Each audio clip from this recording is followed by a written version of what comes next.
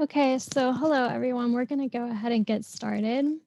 Thank you for joining us and welcome to the March Agency Admin webinar.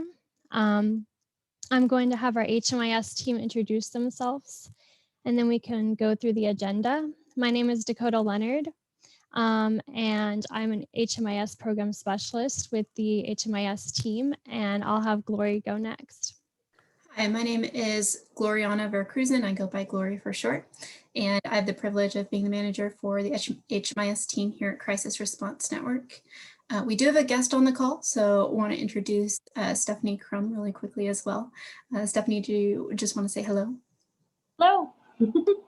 Stephanie Crum is going to join us for an interview later today. She's from the Coordinated Entry Program for Single Adults in Maricopa County. Curtis, I'm going to pass things off to you. Hey, I'm Curtis Hahn. I'm a business analyst on the HMIS team. Hello, I am Michael Sheriff, also a program specialist with the HMIS team. I'm Stephanie Grader, a program specialist on the HMIS team. And I'm Sam Debus, and I assist with some reporting for the HMIS team. Okay, so for our agenda today, all of our trainings will be relevant for both Maricopa and Balance of State, and we'll be hosting an interview with the Maricopa Single Adult Coordinated Entry Lead, who works with the Human Services Campus, Stephanie Crum. And we'll be taking a data quality commercial break to talk about data quality concerns. And we will talk about our new coordinated entry provider data quality report. And that is only relevant for coordinated entry sites and housing providers, but you can stick around until the end if you are interested. And so now I will turn it over to Glory to go over our webinar purpose. Thanks, Dakota. So I get to introduce the webinar purpose just as a friendly reminder every month. So our purpose is to provide consistent guidance to primary points of contact about HMIS workflow changes, policies, data entry and reporting, so that you all are able to instruct your teams and maintain the integrity of the homelessness data system. We're going to do this in a few different ways. We'll communicate any changes to the system or workflows that you guys need to know. We'll provide ongoing training for the HMIS software, both at this webinar and outside of this webinar. Review in-system reporting functionality. We'll review and enforce the HMIS data quality, security, and privacy plan. And we'll discuss how HMIS data is used within the community.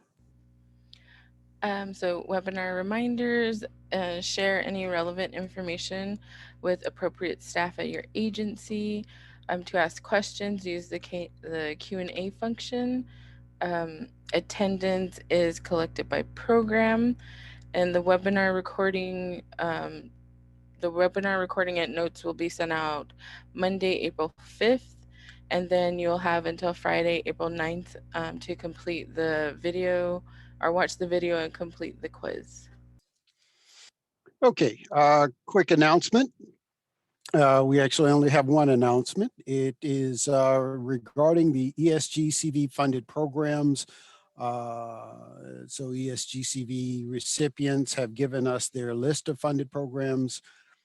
We are entering those programs, creating those new programs, and we will set up and reach out for further information on the new programs. For existing programs, we will reach out to you to ask to verify any program information.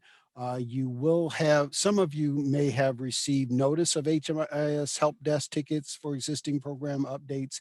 If you have not, and have received ESG CV Round 2 funding opportunities, we'll be reaching out to you soon to ask you to verify those programs and any bed unit changes. Please finalize your updates or new project setups as soon as possible to avoid any backdate entry. Back to Glory. Okay. So today I have the privilege of interviewing Stephanie Crum. Stephanie Crum is from the Maricopa side of single adult coordinated entry, and she's one of the coordinated entry leads and also a part of the housing match team. So thank you, Stephanie, for joining us. We're super excited to have you and learn more about like what you do within your job and environment, and then how you use HMIS within that job. So do you mind if we go ahead and get started? Yeah, no, thanks for having me. All right. So can you tell us a little bit more about what you do and a little bit more about your personal background? Yeah, so I guess my personal background, I've been working with homelessness, mental health, and substance abuse for about 12 years now. About 5 of that has been down at the Human Services campus. Before that, I was a counselor, mostly working with correctional counseling and folks coming off and on parole and sanctions and that kind of thing. So I definitely have a lot of experience rolling with resistance, if you can call it that. And then what does my day-to-day work look like? It's something different every day. I'm never really walking into the same I guess, to-do list for the day. A lot of it is gathering with my team in the morning, making sure that they have everything they need. I run the navigation team and also the housing match team. Throughout the day, a lot of it's just scheduling, meetings with folks that have questions about coordinated entry or any of the onboarding processes. Also just a lot of reporting, a lot of spreadsheets, making sure that case conferencings are running smoothly. Yeah, it's kind of a typical day, but yeah, it is different every day. So it sounds like you wear a lot of hats, that there is being able to coordinate with other coordinated entry site locations, monitoring coordinated entry case management, or I'm sorry, not case management, the case conferencing meetings. Mm-hmm. So there's a lot to balance there. Mm-hmm. So can you tell us a little bit more about what a typical day would look like? Yeah, so I guess when I get in, I try to check my emails, make sure I get everybody answered to as much as I can. They do pile up pretty quickly. Typically then we're going to be looking at any referrals that need to be made that week. When the by name list comes out on Monday, we're typically sorting that out and getting the rosters ready for veterans case conferencing, youth case conferencing, and single adult case conferencing. Yeah, and then just coordinating with the providers like Home Inc., CBI, permanent supportive housing providers, making sure clients are connected to those before they go into their housing briefing or before the referrals complete. Just a lot of reporting too, making sure that data quality is there, making sure that my team plus our entry point is entering data correctly. I guess I could go on and on, but those are the those are sort of the gist of the day. Lots and lots. Mm-hmm. So then, is there anything that's happening within coordinated entry or at the campus in general that's new that you could share with the group?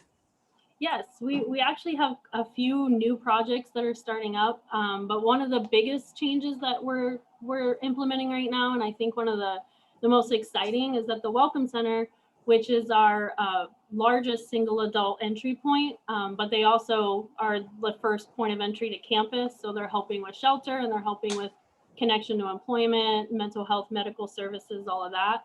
We are now open. We used to only be open from about 7 to 5, Monday through Friday. We're now open 7 days a week until 11 p.m. And by May 1st, we are hoping to be 24 hours, 7 days a week, which is, and that's fully open. So that means anybody can come in 3 o'clock in the morning, they can get a VI SPAT, they can get intaked, and we can figure out a shelter option for them. So I'm really excited about that. And we all are pretty excited to be open round the clock for folks. Yeah. I didn't know that. That's super exciting. Yeah. There's folks that can come in at all sorts of different times and be able to get assistance. Wow, that's super exciting. Congratulations. Yeah, we're staffing it up, we're ramping it up. So that's why we're only open till 11 right now, but we're trying within the next few weeks to get fully 24/7 operations, which, yeah, I'm excited about that.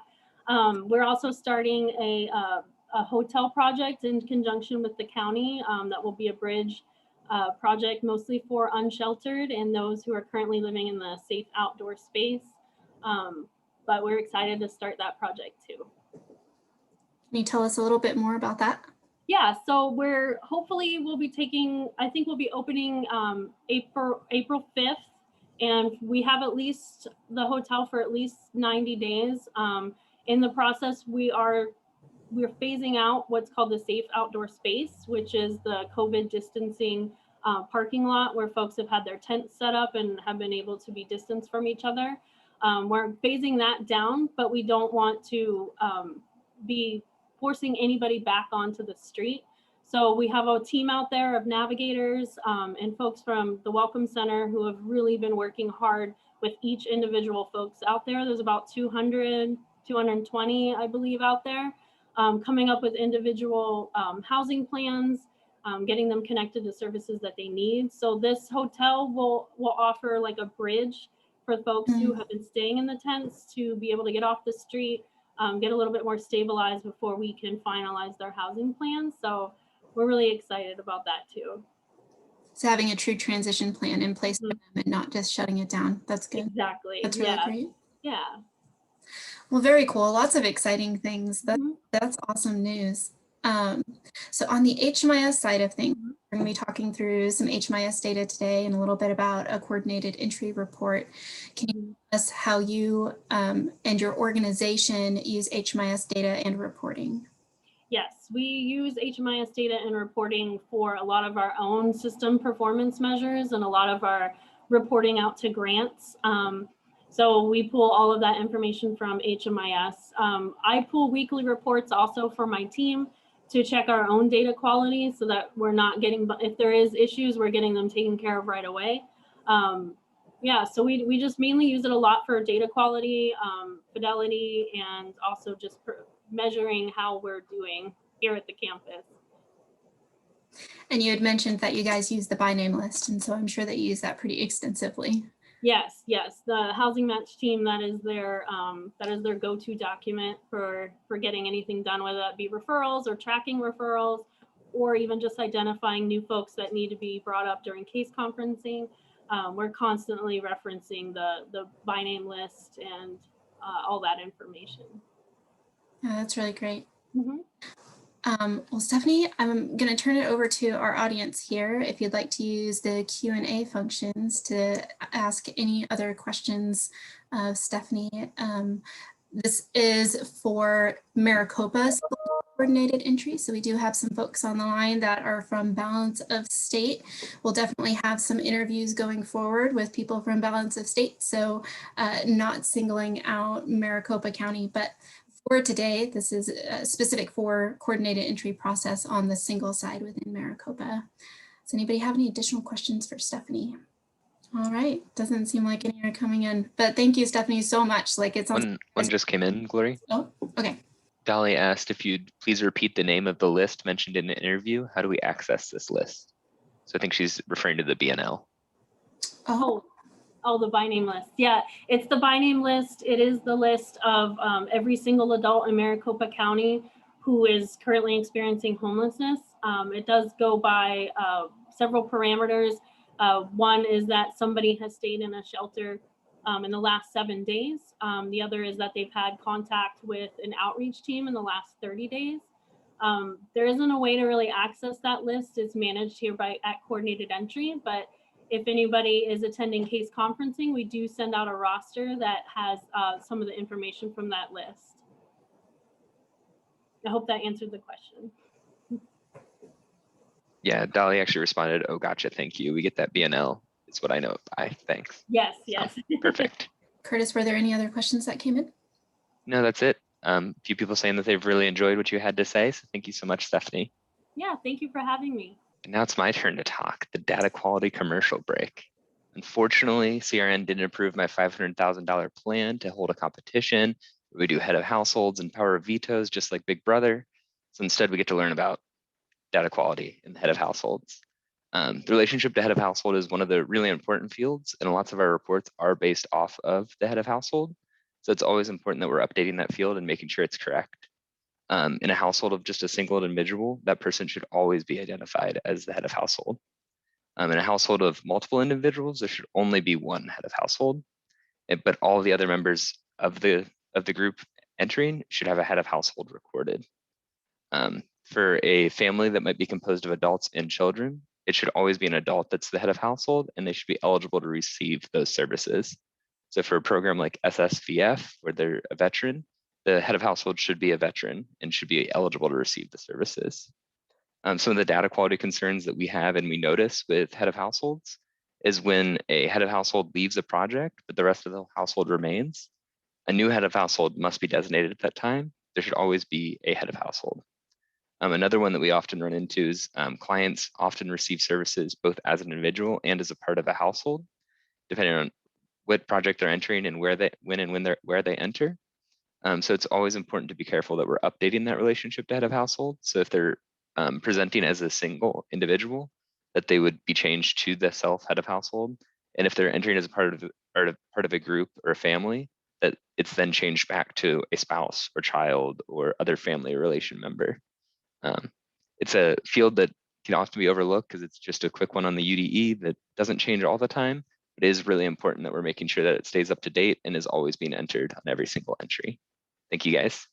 Okay, and so I'll be going over a data quality report specifically meant for either entry points or housing providers that respond to referrals from coordinated entry.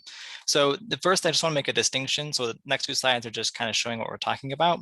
So in the current process, when working with referrals from coordinated entry, whether it's ADO or SACE or Family Housing Hub, but specifically Maricopa from SACE and Family Housing Hub, there should be two referrals made when the client is referred for housing. The first one is in the coordinated entry event subassessment. This is the same subassessment that you'll see when enrolling a client into an entry point.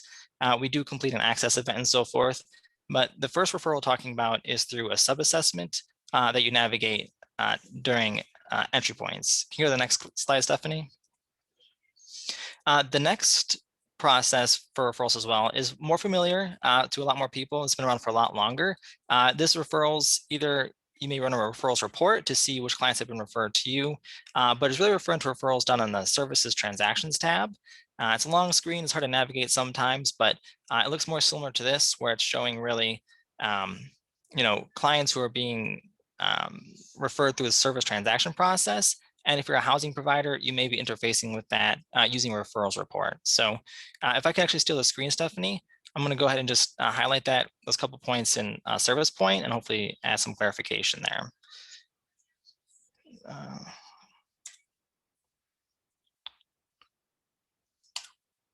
So I'm on our client here, just our testers and client. So there's two places that we're talking about. And this report will go ahead and look at referrals from two processes and make sure that they are being used or utilized in the same way. So the first process, the referrals are not made from the entry points. They are made from the coordinated entry leads.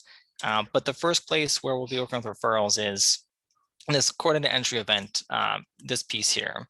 So the Family Housing Hub or SACE will go ahead and submit or create referrals through this process, expecting housing providers to respond to them.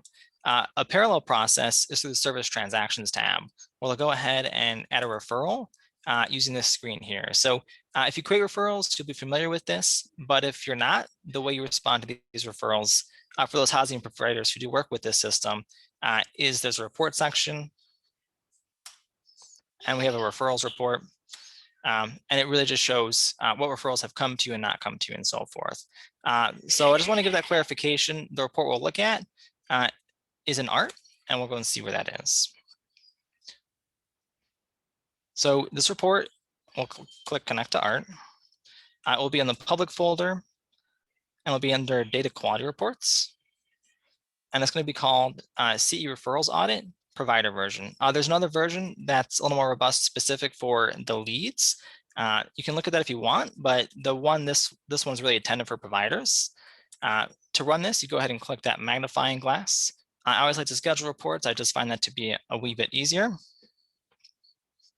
And you'll select the dates and the provider. So you select the entry point, in this particular case, you can select the report start date as well as the report end date to get information from that. So that produces a report that looks something like this.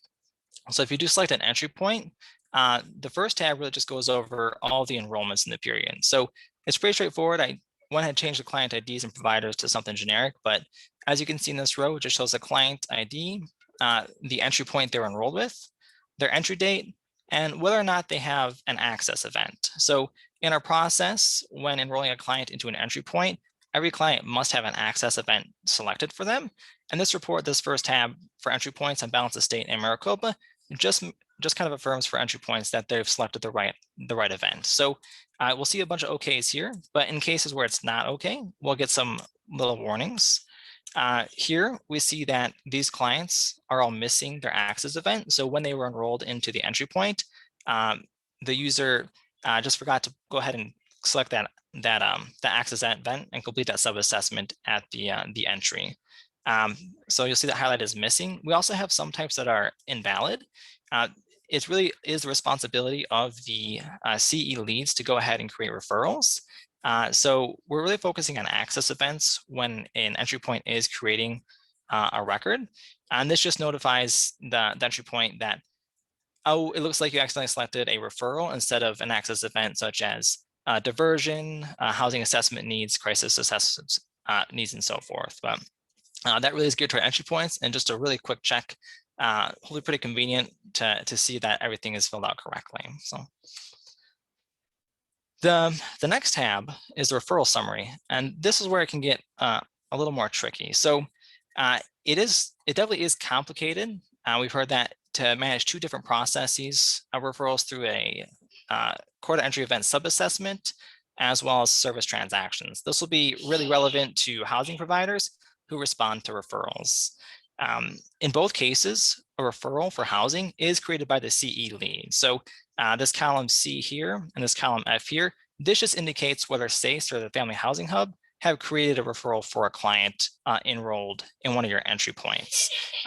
This is just kind of a reference. So for providers, housing providers, you really don't have to worry about that. This is just for reference.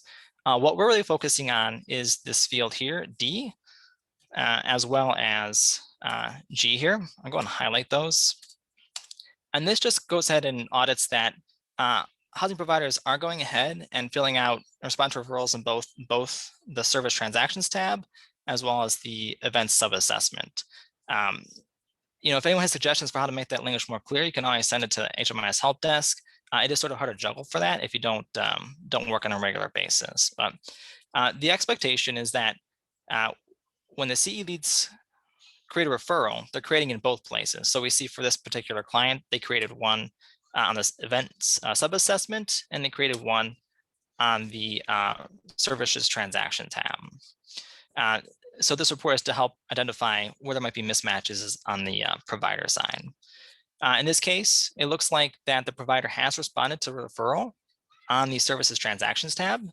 This is a much more familiar process, been around for much longer, so it's not surprising that the referrals are completed a lot more often on the services transaction side.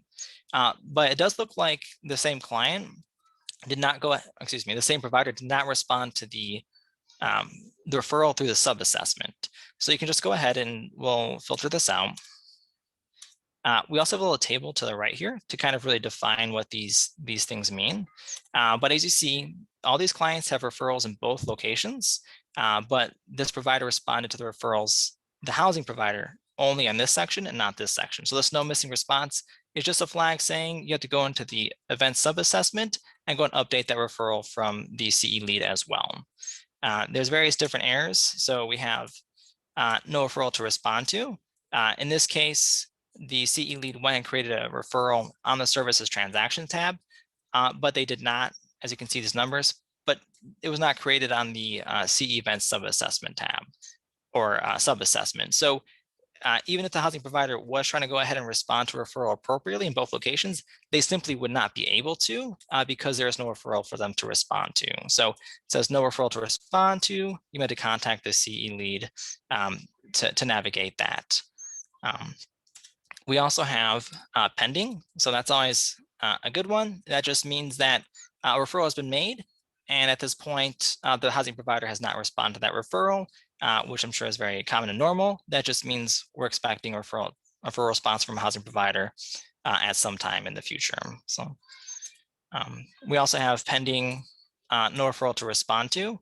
So again, we have a situation where here, the CE lead created referrals in the services transactions, the more familiar process, but not in the new rollout since October under the CE events sub-assessment.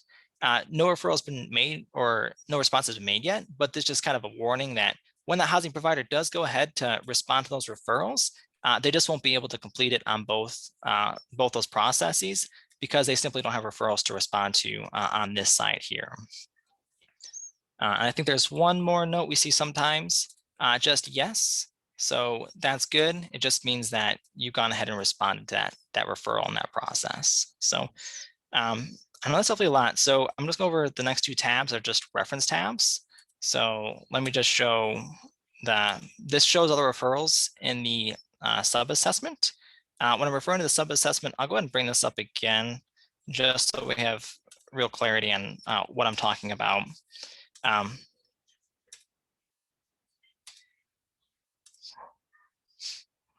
this is not the exact way that you'll respond to referrals, but the sub-assessment is really just talking about this coordinate entry event sub-assessment. This just shows all the referrals made by the leads, the CE leads, and just where it was made to and the referral responses. Same thing through the referrals tab. This is the more familiar referrals page. This is what you see when you run the referrals report in Service Point as well. It just shows all the referrals made via services transactions, and the same thing, who made it, where to, and the outcome once the housing provider responds to it. So there is a lot of information there. So the referral summary tab can be especially confusing at times if you're not working with this process on a regular basis. So we're just trying to make sure that those parallel processes are working in tandem and one's not being forgotten. I'm definitely going to pause for a few questions because I suspect there may or may not be questions, and I'll keep this report up so that we can go ahead and refer to it as needed. Take just a moment for some of the questions to come in. Can you click on the referral summary tab really quickly? Yes, of course. And then here, where this says has provider responded to referral in coordinated entry event sub-assessment, can you describe where this is? So when housing providers are supposed to respond, where on the entry exit tab they're finding that in order to update it? That's for the follow-up. So I gotta find one. Does someone want to walk me through that process? Sure. So in this case, the client that you have up for Testerson, they would have an entry date, they would have an exit date same day in Maricopa County for coordinated entry. And then they would be able to click on the follow-up from there. So housing provider, yeah, there has to be an exit date in place, but once that part's done, let's see here. Oh, let me go back to here so you can.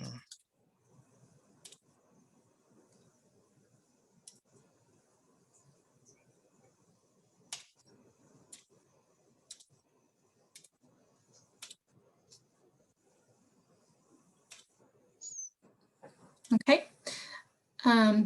So then follow-ups is where you are going to be able to provide the last piece. So the housing match team has gone in and made a referral in those two places for the coordinated entry event. And on the referrals tab, housing providers, once you've run the referrals report and responded on the referrals tab, this is what that report is referring back to. So you'd simply choose add follow-up review and an update. And then follow the instructions here in order to create the newest record to say this has been responded to.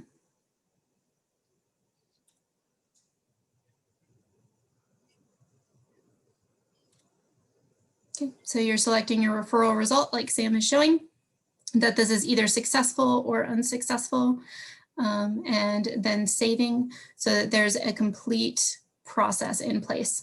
This was the new piece that was introduced in October. And as Sam was describing the referrals tab, I think everybody's used to doing that process now.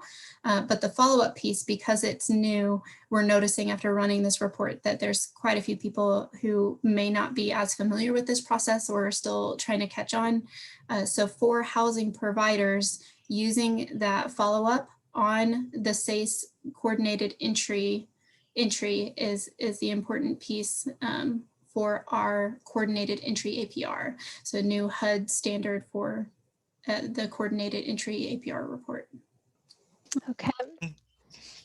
There may be more questions as people work with the report and so forth. So it's always a good idea to reach out to the help desk as needed, and we can always help with anything there. So. Okay, so if we don't have any more questions, that's all we have on our agenda today. Thank you for joining us. Before you log off, we really want your feedback. In the next 30 minutes, please expect an email with a link to a 4-question survey from SurveyMonkey. And if your question wasn't answered today, please submit a ticket to the help desk. Thank you so much. Have a good day.